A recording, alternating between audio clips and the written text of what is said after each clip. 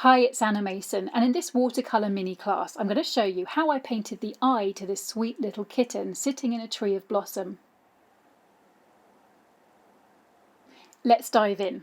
We need to begin with a really detailed drawing because we've got to get all the little shapes of colour in the right place and get the angles right to have the eye look realistic. I've enlarged the eye significantly to make all the detail easier to capture. Once you've made your drawing, let's begin by mapping out all the different colours.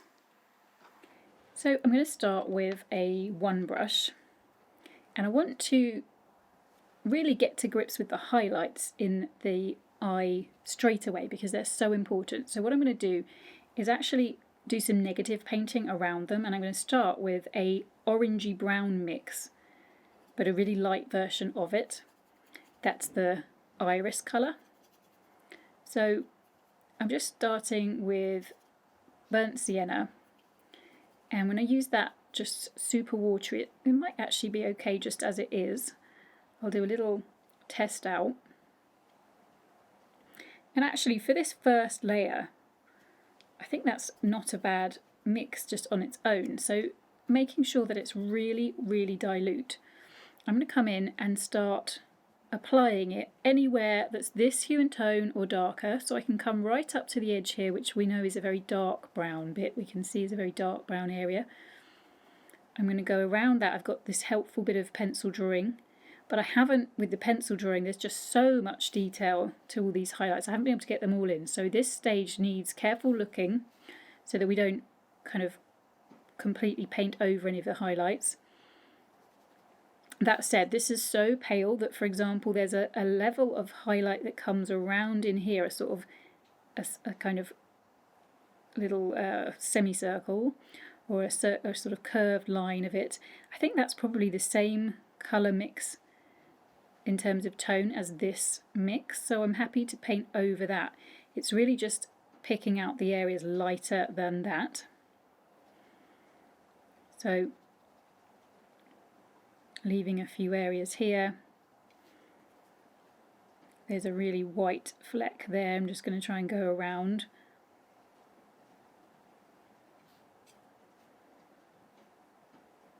And this bit here has that highlight there has a more blue quality to it, which we'll deal with later.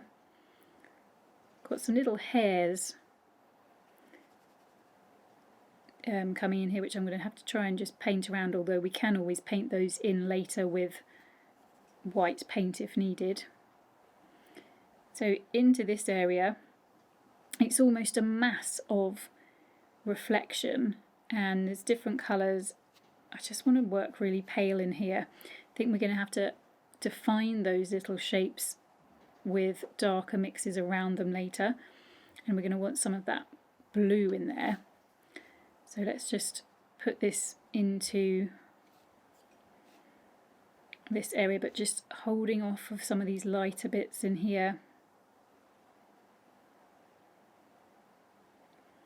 And this shape that I've marked in with pencil, that's actually a darker bit of brown, so we can fill that in. I think this whole bit here can have this layer on. And this is a darker shape. So we're just trying to map out a little bit of what's going on. And then coming in here, that's a highlight area, so just going to work around that. But working this pale, you see there's lots of little bits of highlight here, but the mix is so pale that it doesn't matter if we go over and into those with this mix. We can define them later by working around them. There's some really pale bits in here though, so let's just try and paint in the darker lines. So I'm doing a combination of some negative painting, but also painting in the darker brown lines a little bit too.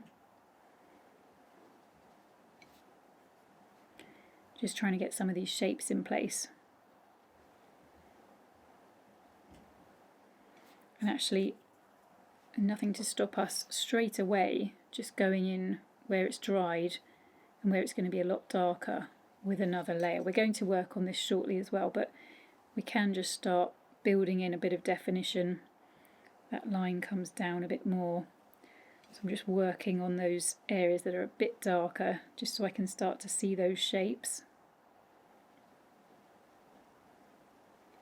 And now I'm just going to want to place that blue colour, and for that I'm going to just take a pop of, I'm using some cobalt blue, but you can use really dilute French ultramarine as well, that would be fine, or even a turquoise or a Windsor blue-green shade, because it's just a tiny hint of blue. It's so pale. We've got tons of water in there, but I just want to try and place that. Maybe it needs a little bit more pigment than that. That's a bit too much.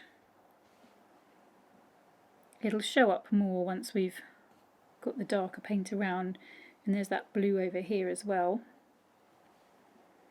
Now the next stage is I want to go down even to my smaller brush, the treble 0, and I actually want to get the black parts of, well, basically I want to get the iris painted and the outside edge of the eye. I'm going to try and create a really dark mix. So I'm using Payne's Grey and Burnt Sienna together to make a really, well, black, as close as I can get to black. And I'm just going to go straight into this pupil, but I need to be careful to pick out again and go around the areas of highlight within it, which I have got drawn out, which is very helpful, but I'm still looking back and forth to my reference photo and just checking.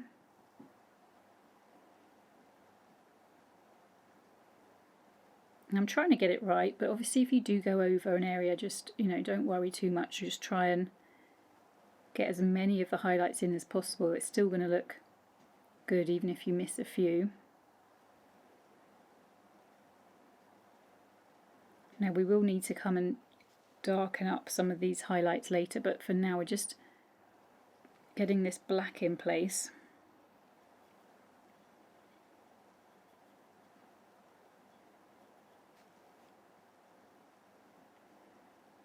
And up here there's some little gaps too. It's not a completely uniform colour. There's some reflection in even in this black area as well. So just leaving a few little gaps through to the paper underneath, and we can pop a grey kind of colour in there later on.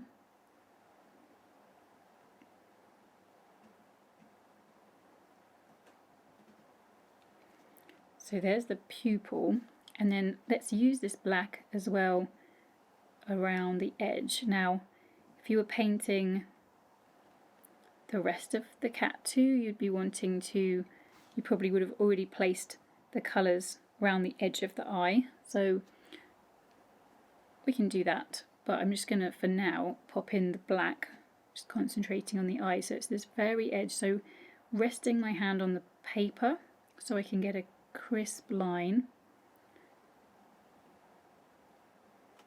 and just working around. But there's this extra line as well on the outside which we want to try and get in place. So if you can, you want to try and get that so that you're leaving that gap between. It gets very narrow.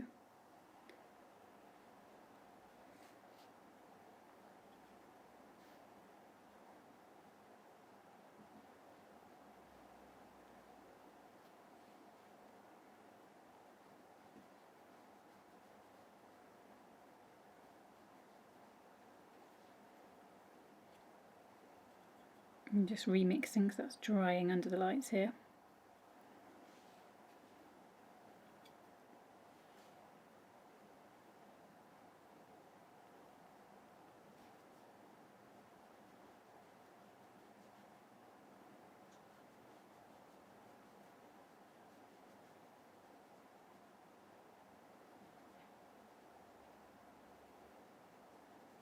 And it gets thicker here, so I'm just trying to match that, and I'm just feathering the edge because it's going to go into a darker brown there.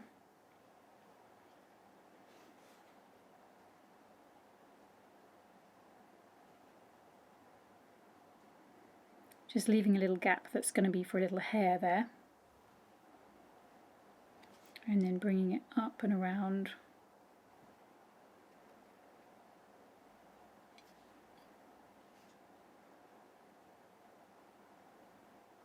And again leaving that little gap for that hair coming up around the top.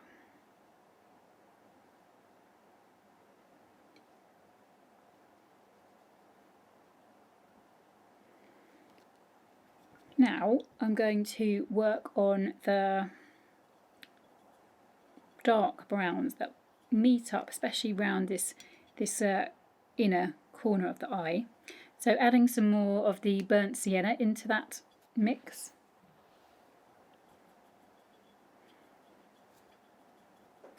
So it's a really rich kind of chocolatey brown. And then just working on to that transition, working over the edge into the black area, and just feathering the edge where it's going to transition into a lighter brown as well, trying to get the angle right and the shape right of that as it comes up. So you're always comparing, kind of looking at it in relation to other shapes. So we've got this highlight here, and we know that it needs to come up and curve around that.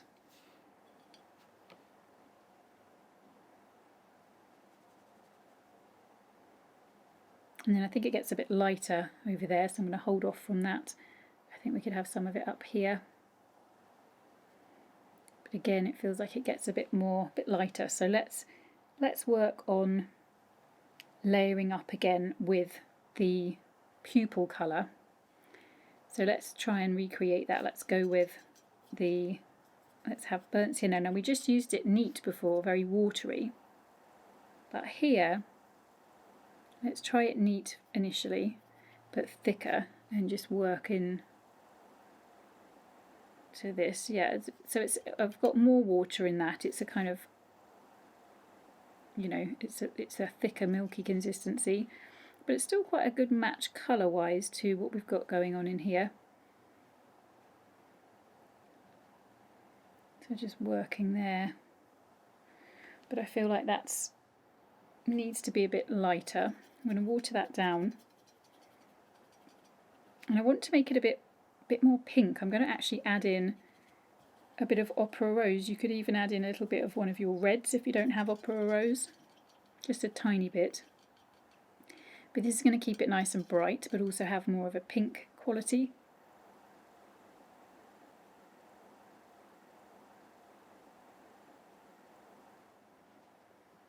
Which feels like quite a good match to the hue, and it gets a little bit more yellow over here, so we'll adjust that as we move. But I'm now going to come in and do another layer of this, so just working to soften that transition,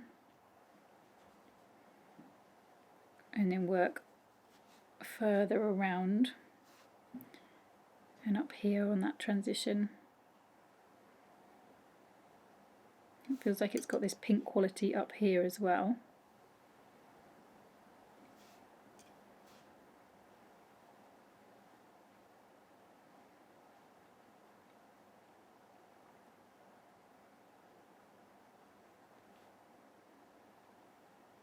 Just mixed into that black there. Got to be a little bit careful of that black bleeding. I'm just watering that down so as it's a little bit lighter as I go around that highlight.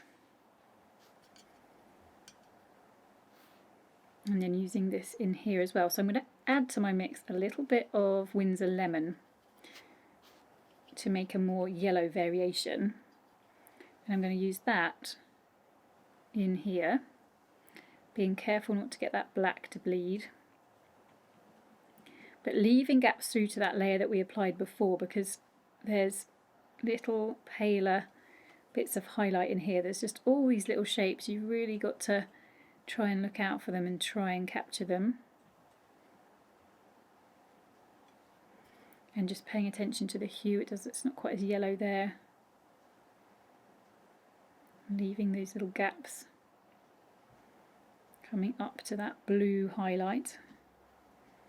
And then I feel like we could also benefit from having a more grey version of this brown, this watery brown. So I'm just adding a bit of that mix that had the Payne's grey in to create a more grey version. and watering it right down, but I can see this more grey colour sort of over here. But again, lots of gaps through to the lighter colour.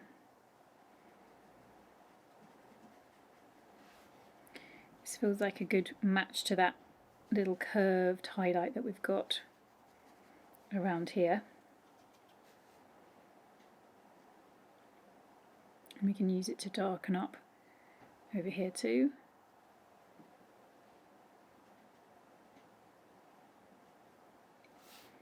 And then I do want to go back to the mix that had a bit of the pink in. Just darken it up a touch with some of this brown I've already got. Although I'm a bit nervous, so I'm watering down again. I just want the mix that I had, let's remix it. Burnt sienna, touch of opera rose, water it down. Maybe a little bit of that Payne's grey mix into it. I just want to use that to darken up these darker markings, which I think are branches of the tree being reflected into the eye. Not that we need concern ourselves with what it is, but I do think that's probably what it is. You get the sense of that being a tree reflecting in all those little branches. So I'm just going to try and mark in some of these little branches as best I can, trying to get the angles of those little lines right. So much going on in this reflection. If I was working on proper grade watercolour paper, this would be a bit easier with the layering up. It's a little bit more challenging when you're working in the sketchbook, so it's a little bit less absorbent, but we can still build a decent depth of colour. So it really is about getting these angles right and just trying to get those little lines in. We can always do darkening up, but I'd rather work with that pale mix and do a couple of layers.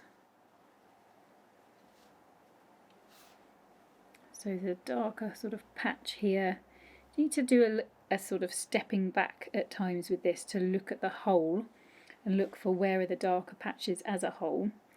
Like there's a whole, this is all darker in here, I'm not sure why I haven't darkened this up yet. So I want to try and create that little semicircle, this little curved line rather. I want that to stand out, so I'm just painting above and below it. Again, trying to get the angle of it right. And that comes kind of all the way around.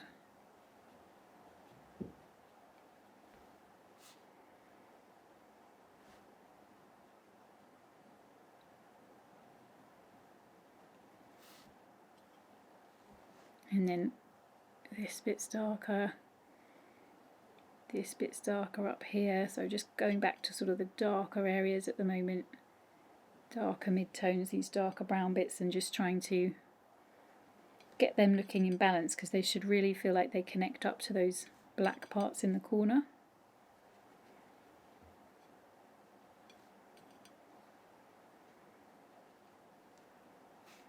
And there's still detail work to add in here. There's just so much of it, all these little lines.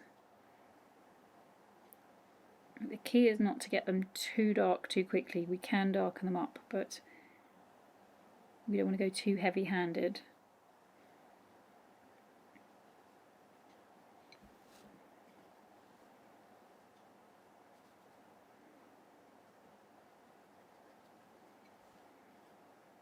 So I'm just going to do another little round here with these same watery mixes, just darkening up a few other places.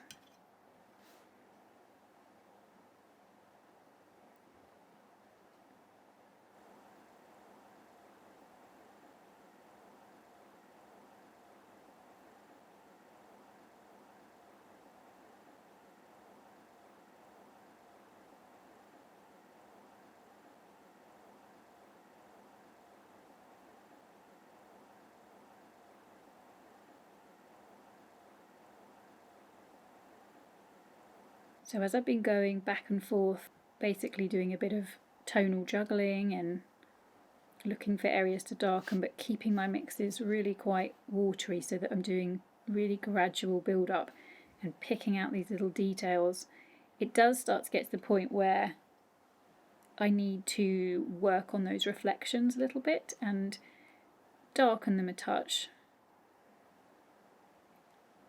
And then from there it will be clearer how much darker I can take these little, the little branches and the little reflections, the darker reflections that we've got within the highlights. So these little lines, we need to darken some of those, but we need to darken the actual really lightest reflection parts first. So let's start with just using, it's like a greyish brown mix that I'm looking for, so I'm using a bit of the mix that had the Payne's grey in, and I'm going to go in and over this one to start with. I'm pretty sure this is a dry around it, but I'm using very minimal paint here and obviously the smallest brush, and I'm going to darken that through into the black pupil. This is where we've got to be quite careful because the black pupil could start to bleed into these highlights, so we're just really gentle and with quite a dry or not much paint on the brush. When we load up the brush, just give it a squeeze off so you're not applying much to it, and just apply this around here. There's a bit of a look of it being a bit bleeding in here anyway into a sort of grey colour. Now looking at those other highlights on there, I feel like I want more Payne's grey in the mix, and then just perhaps even more. Let's get some neat Payne's grey, but just really watery, and just pop that over this one so it's a bit more blue grey, and over here, and here I'm going to darken it even more, so I'm just going to move a bit of the black paint that's on the pupil into the right place. Same with these little highlights I'd left, I'm just going to knock those right back with this layer, leaving that little tiny fleck there that does seem to be lighter, although it's probably not as light as that, so perhaps some of the brownie mix, just a tiny bit just onto there. And now I'm going to use this grey mix over on this one, and this will have the effect of sort of flattening things a bit. We might think, oh, we've lost some of the reflection, but of course we'll build it back up by darkening the colours around. So I think I've slightly lost a highlight in there, which obviously can happen. There's a bit here that I'd prefer was lighter, so I'm just going to try lifting off a bit. It's not going to be as light as I would like, but that's not too bad. We'll darken up around it, because that's the thing, you can always darken up around if you've slightly lost a highlight, but I'm going to darken those bits, they aren't as bright. Leave my little blue ones in there, and there's also actually, I think seeing it, a little bit of blue just up here, so just adding that in.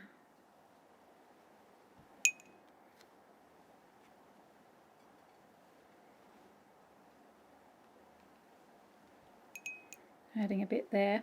So now I've done that darkening up, now I feel more confident to go in and start to darken up the darker browns some more.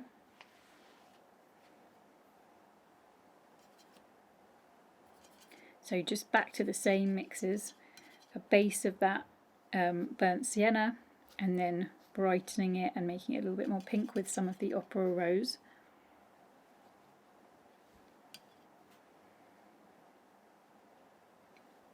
And actually I can see I'm going to want to darken up in my pupil a little bit more, but I want that to be absolutely bone dry before I do that, so I won't do that right away.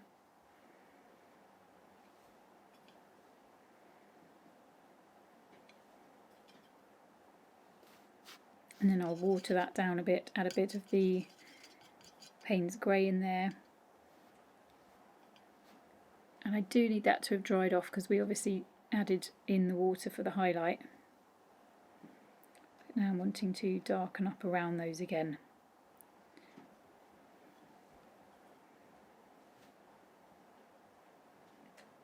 So I'm going to go back to darkening up, and actually that feels a bit dark, not too bad, but when in doubt keep your mixes a bit more watery.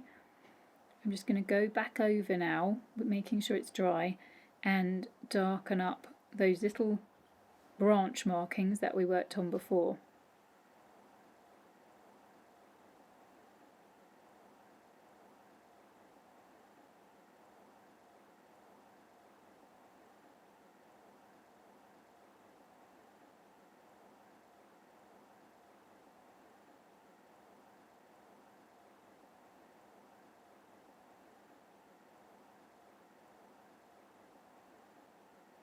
And I'm even adding another layer of detail, level of detail rather, so little lines into those tiny little blue bits. I mean, there's just so much. We could have painted this at about 5 times the size, and we could have just about got all the detail in if we'd done that.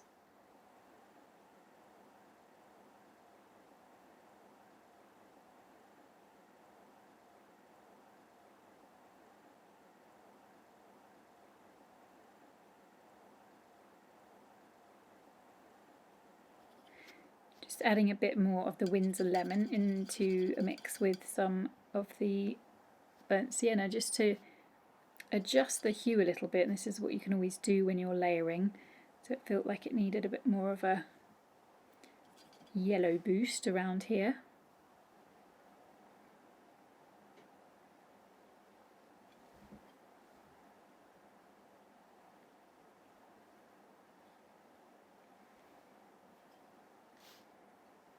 And then back to adding those darker details.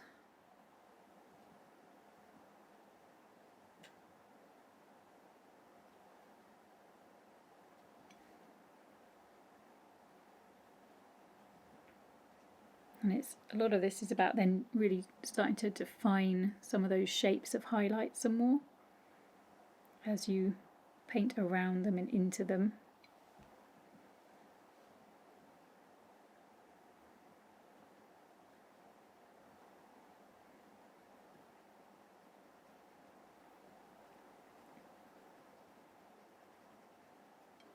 I think it would help at this point to actually do a little bit of darkening up around the eye. If we were really painting the whole cat, we'd have done quite a lot of this by now, and we'd probably be working on that some more at this stage. But I think it would help for us to be able to assess what's going on here, to just work around it. So I'm just going to add a bit of quinacridone violet into that Payne's Grey burnt sienna mixture. Keep it watery, but just kind of work into here, and I'm going to go over that white line. I think that little white line being so pale has just been kind of affecting my ability certainly to just judge some of those tones there. I just want to knock that back so as it's not fighting visually on the page and jumping out at me too much and stopping me from being able to assess all the subtle highlights and things. So I'm not going to get into the fur too much because this is all about the eye, but just using this to just darken up down here. And you can see if this was on professional grade paper, it wouldn't be moving that black paint as much. It has moved it. I'm just going to use just water on the brush because I don't want that to be as white, but I don't want much paint there. So just a little water wash over there, and the same up here. Just using some of that black that's already around it to just darken that area. And then back to this, working up here. I think that will just help. You can see it just starts to give the eye context. So although I don't want to get into doing too much, I think it's helpful whilst we're working on the eye to just be able to darken up a little bit around it.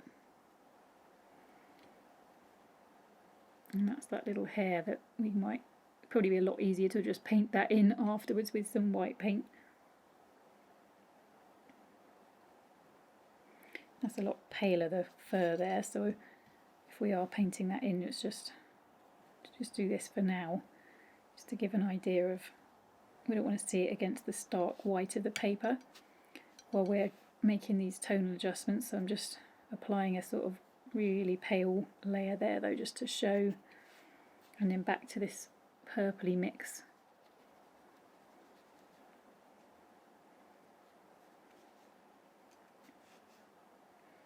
So I think that has helped, and it's making me feel like I definitely want to do a bit of darkening up in this part of the eye. And down here. Try and get that shape right. Coming up there and down here. And then the mid mix again with some of the opera, I think, but just some of the yellow actually as well, just to bring that together. And now, having done that bit of darkening, I can definitely feel clearer about which areas I feel I need to darken up again with another of these pale layers. So I'm just going to go ahead and apply this to a few more places.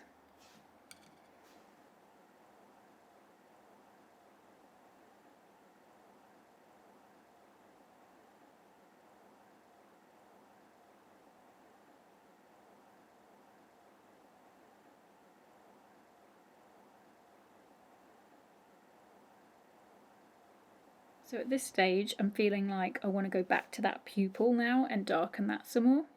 We're really in the sort of final stages now, so let's get a really thick black mix again, Payne's grey, burnt sienna, perhaps a bit of that quinacridone violet in. That just seems to add an extra richness.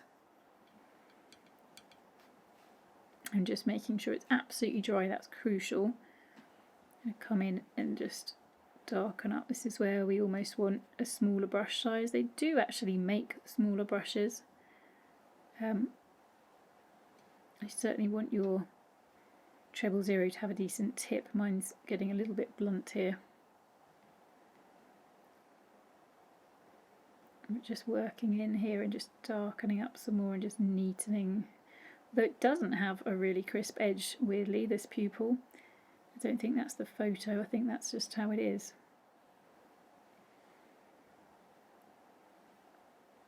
And that's great, because then it's just this tonal juggling again, isn't it? So going back to a dark brown mix, I feel like now I've darkened the pupil. I can see that I want to do a bit of extra darkening up here. That might be a bit much there, got a bit heavy-handed. And just lift that back.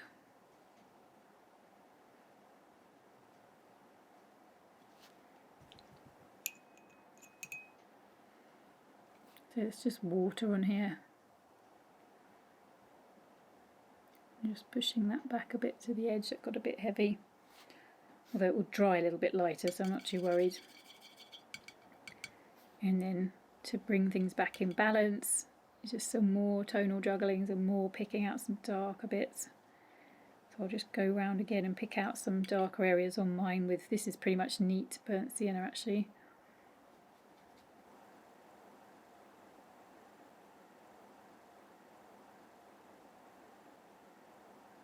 And then also assessing the lightest tones again, so just taking a really pale greyish kind of wash, and I just want to go over this one here, but leaving that lighter part.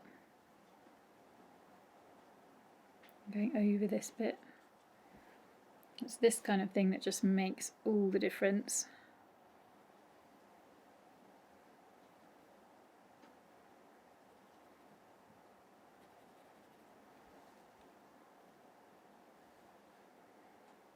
Perhaps over this central area that doesn't feel as light.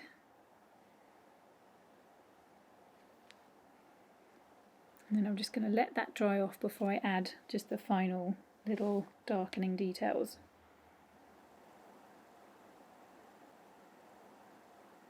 So just with that dry, just picking out a bit of that detail that got lost because of this quality paper.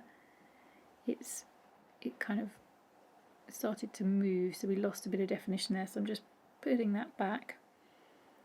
And then with the rest of it dry, I mean up here we would be getting into, you know, adding more of this fur detail and things if we were painting the whole thing, so it would really start giving the eye more context, which would look great. But coming back to the eye itself, we just want to go over final time looking for areas to darken up. I feel like I want the pupil to feel a little bit more connected to the iris. It feels like it's got a bit too pale on the left side here, so I just want to work with kind of grey mix to just carefully darken up around it. Really subtle changes. And then just picking out a few more details.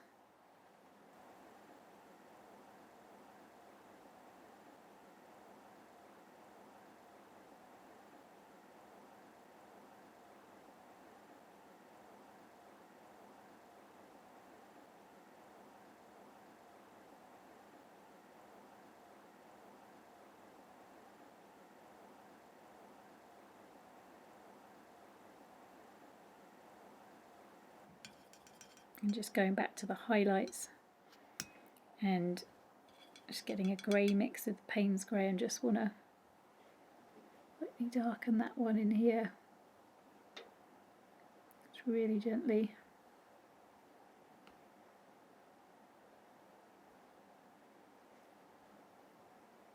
And then perhaps add a little bit of detail. I'm just going to go to the blue I had on here. Just adding a touch of detail in here. It's just so much to see when you really look. It's quite incredible, really.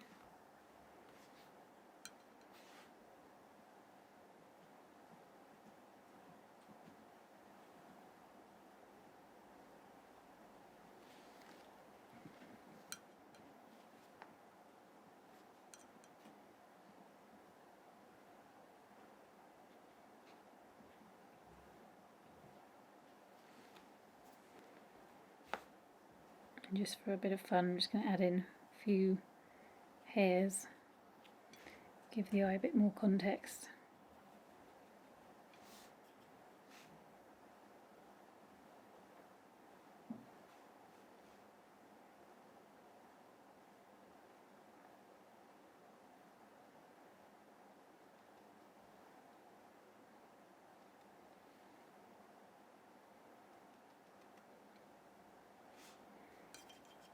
And just darken up in here. It's just quite fun to just... I just feel like I want to paint the rest of it now. I hope you're feeling that way too.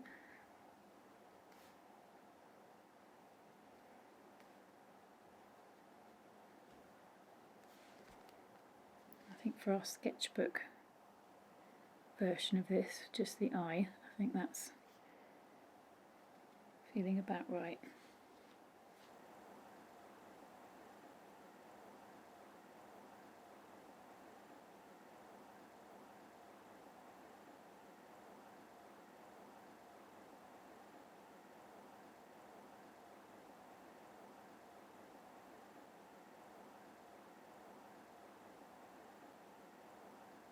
I'm just going to take a little bit of the white paint, some white gouache, or we could use white watercolour paint, and with that dry, just going to add in that little hair that we've got there. We can add in one here and here, just to add that little bit of realism. If you wanted to, you could add a little bit for some extra highlights, but it'll never be as bright or as bright looking as if you'd managed to let the paper come through. But if you need to salvage something, you can always use some white paint at the end.